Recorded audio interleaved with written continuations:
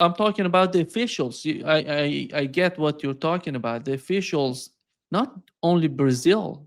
Look, and Latin America is not just Brazil. We have Of various course. countries here. They have to, you know, take their position toward what's going on in Argentina, because it comes to Brazil, it comes to all of these countries in Latin America, and they're planning for that.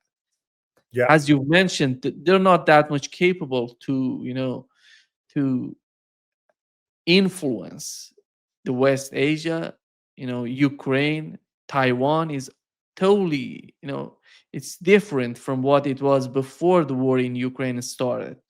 sure. That's why they're coming to the Western Hemisphere, as they call it, the Monroe Doctrine, coming to, to the neighborhood. And even worse, Nima, the extrapolations and the parallels with the beginning of the war on terror are absolutely extraordinary. Okay, let's try a short version. War criminal Dick Cheney is dead. The day after he and he needs a special Dante circle of hell only for him. 9 circles of hell are not enough. He needs a 10th circle of hell only for him. The day after, a Muslim uh, democratic socialist or social democrat is elected as mayor of New York City. That was absolutely out. So this means that the immigrant working class in New York City, which was the capital of the 20th century, but it's not going to be the capital of the 21st century. He's now the mayor of New York City. So, well, I'm very fond of New York because I worked in New York a lot and I've been there zillions of times. And always my greatest pleasure in New York was to talk to the working classes, to the Senegalese taxi drivers, to the Yemenis who have bodegas, to the Uzbeks. And Mamdani, in his acceptance speech, he was very, very clever. He named them, Nima. He was very, very impressive. He named the people that when you visit New York, either you don't see them or they are serving your table or cleaning your garbage. And without these immigrants who provide all the important services in New York would collapse in a matter of hours. Everybody knows that. And these are amazing people. Some of them, most of them struggle a lot, but some of them, in the case of Mamdani, who's an immigrant, they can reach the top. Of course, only a few, of course. But there are many complicated elements on his victory, which is quite something. He's being supported by Alex Soros in person, directly, and with money as well. So we know what that means. So, okay, he will be judged, but what he actually will manage to accomplish. New York is an extremely complicated city to run. Everybody knows that. So let's see what the old ruling classes of New York would allow him to do, even though he has enormous public support. His support, if you take the metro, like a 99%, take a absolutely disgusting New York metro nowadays, they voted for him. But that's another story. So why am I referring to that? Because this is directly connected to the launch of the war on terror by essentially Dick Cheney in 2001. Don't forget that on the day of 9/11, who was running the show in the bunker of the White House? Dick Cheney. W, George W, he was lost in space, literally. We all remember that, right? So all the major decisions in the crucial hours after 9/11, after the 4 happenings, let's put it this way, they were taken by Cheney. And the most important one was already taken even before 9/11, which was Iraq. The conceptualizers, the people who implemented the attack, the invasion, the destruction of Iraq were essentially Dick Cheney and Donald Rumsfeld. Dick Cheney, he came to power with Bush in January 2001. The first thing that he did was to go through over all the maps of Iraq, pinpointing reserves, oil wells, you name it, I said, that's where we're going. So the decision had already been made in the first semester of 2001, even before 9/11. 9/11 was the famous Pearl Harbor that gave the rationale, not for Afghanistan. I'm sure many of you, our audience, remember that Rumsfeld was saying that there's nothing to bomb in Afghanistan. It is already bombed out of Iraq. We need to go where we can bomb. So once again, the decision to go to Iraq was not taken in December. Bullshit. The decision to go to Iraq was taken even before 9/11 and immediately after 9/11 with the launch of the war on terror, essentially by Dick Cheney. The guy who conceptualized war on terror was Dick Cheney. Bush was not capable of conceptualizing something like this, first of all. So, but he picked the wrong enemy. We all know now, and nobody knew then. In 2001, even the Russians and the Chinese were looking, okay, what is this? Okay, Islamist terrorism. Yes, we can be a victim of Islamist terrorists ourselves as well. So let's join. Don't forget that Putin was the first one to call Bush at the time and pledge his support. Well, fast forward 24 years, Nima. Very, very important. What do we have now? We have the same obsession with oil that Dick Cheney had in 2001. Now is Donald Trump in 2025. And we have even more demand. This proves the continuity of governments in the United States. The obsessions are always the same. Natural resources. It's pure power, application of power, power play, and conquering and dominating natural resources. They made a total mess in Iraq. They don't control anything, only a few oil wells in Iraq. And of course, they control, which is horrible.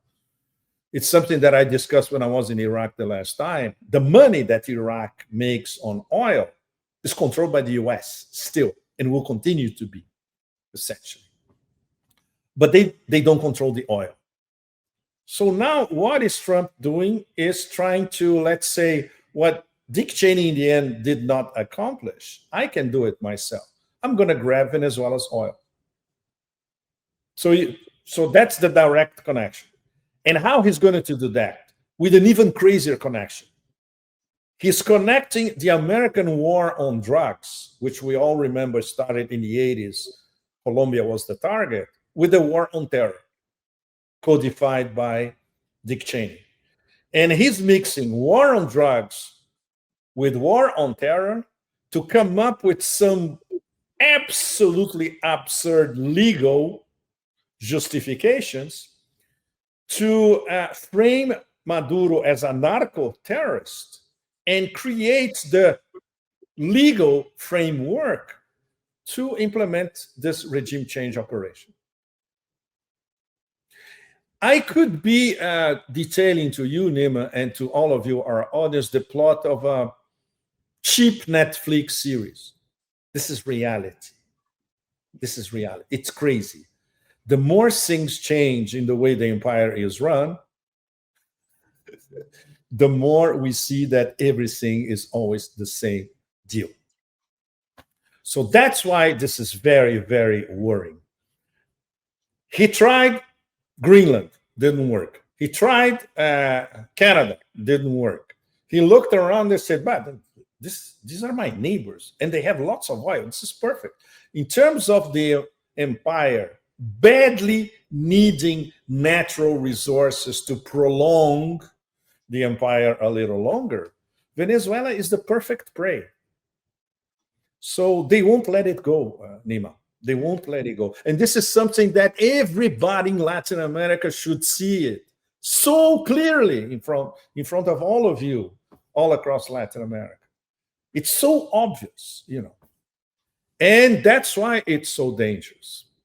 And on top of it, you have a Secretary of State which doubles as I would say a crypto national security advisor whispering on Trump's ear all the time. And on top of it, a lonely neocon.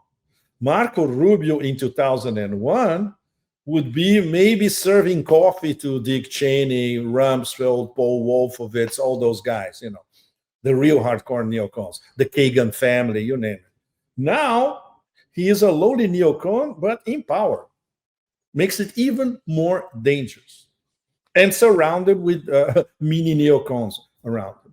So this is the Venezuela case is immensely, immensely dangerous because if they pull it off, then there are no limits for what comes next.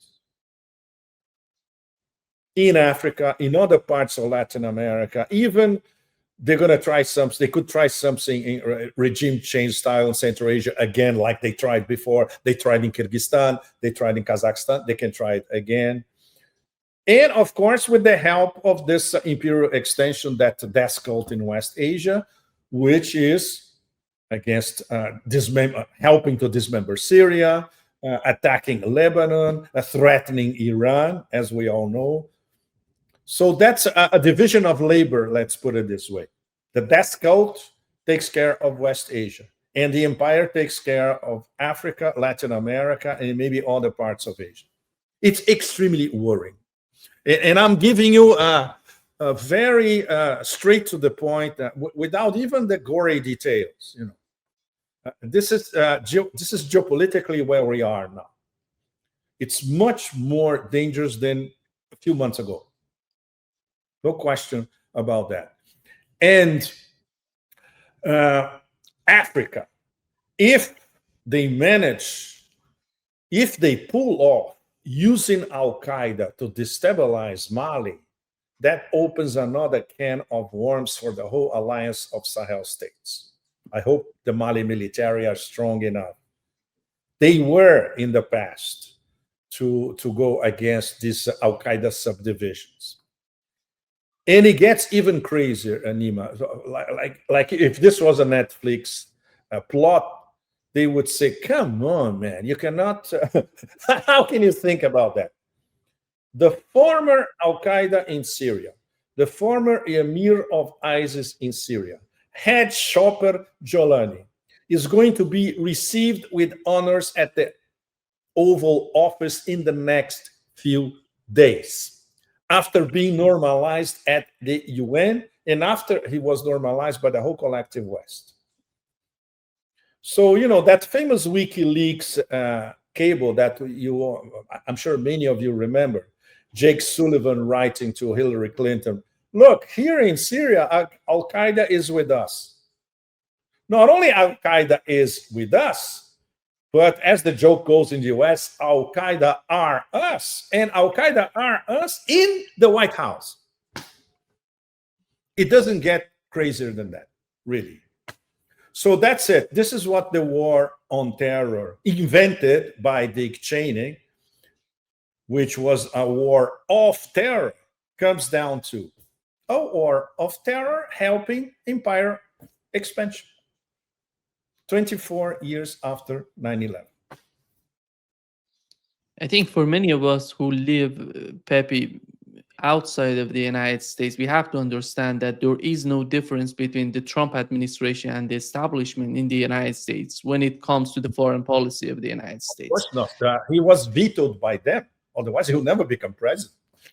And Venezuela shows that to us, because you see the policy of Donald Trump in Venezuela and Nobel Peace Prize. Nobel Peace Prize is not in the hand of the Trump administration.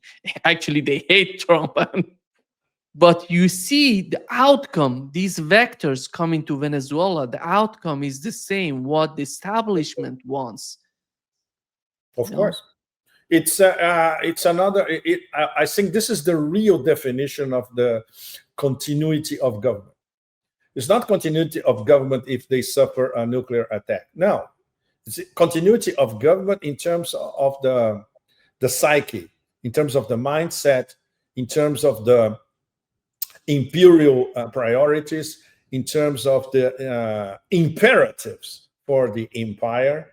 Now that it's losing ground literally everywhere, geopolitically and geoeconomically, it goes back to the ultra basics: natural resources. We need to take over natural resources. It doesn't matter where and no matter what. Pepe, in less than a year, we had Russia unveiling four next generation nuclear weapon systems. Oreshnik, before it doesn't, but it can be, armed with nuclear weapon.